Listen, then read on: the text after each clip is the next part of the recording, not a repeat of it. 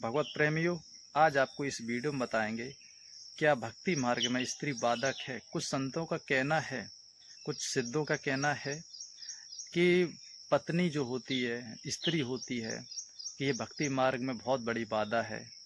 अगर आप शादीशुदा हैं तो आप भक्ति नहीं कर पाएंगे और ये भक्ति में बाधा डालती है। कोई साधक भक्ति में सफल नहीं हो पाता यदि स्त्री पास में है या साथ में रहती है।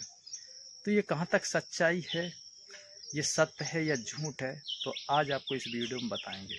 तो आपसे निवेदन है कि वीडियो को पूरा देखना और लाइक कर देना, शेयर कर देना और हमारे इस यूट्यूब चैनल को सब्सक्राइब जरूर कर लें ताकि हम जब भी कोई वीडियो बनाए आप तक पहुंच जाए। देखिए, ये बहुत बड़ा भ्रम है कि स्त्री अगर पास में है या आप शादीशुदा हैं तो आप भक्ति में सफल नहीं हो पाएंगे। ये जो कहते ये मूर्ख लोगों का काम है।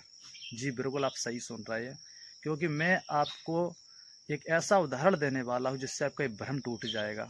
आप खुद कहेंगे कि हाँ, अगर स्त्री हो या ना हो बाधा नहीं है। अगर आपके साथ स्त्री है तब भी कोई बाधा नहीं है भक्ति मार्ग में। यदि नहीं है तब भी कोई बाधा नहीं है। आप गृहस्थ जीवन जी रहे हैं और भक्ति कर रहे हैं तब भी आप सफल हो जाएंगे। तो मैं आपको पूरा बताऊंगा इस वीडियो में, सुने। देखिए, भगवान विष्णु के कहने पर जब सुखदेव ऋषि राजा जनक के पास गए थे तो राजा जनक ग्रस्त थे, ठीक है, और सुखदेव ऋषि ने राजा जनक से गुरु दीक्षा ली थी, ठीक है, क्योंकि वो ग्रस्त थे।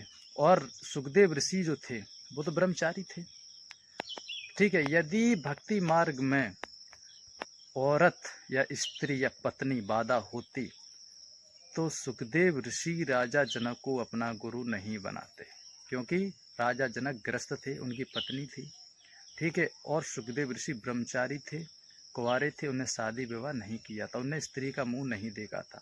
लेकिन राजा जनक ने तो देखा था, उनके बच्चे थे। राजा जनक शादीशुदा थे, ग्रस्त थे, उनकी पत्नी थी। तो इससे ये साबित होता है कि ग्रस्त जीवन जीना या आपके पास पत्नी या आप शादीशुदा हैं तो स्त्री या आपकी पत्नी भक्ति मार्ग में बाधा नहीं है, ठीक है। ये भ्रम निकाल दो। आप शादीशुदा हैं फिर भी आप भगवान की भक्ति कर सकते हैं।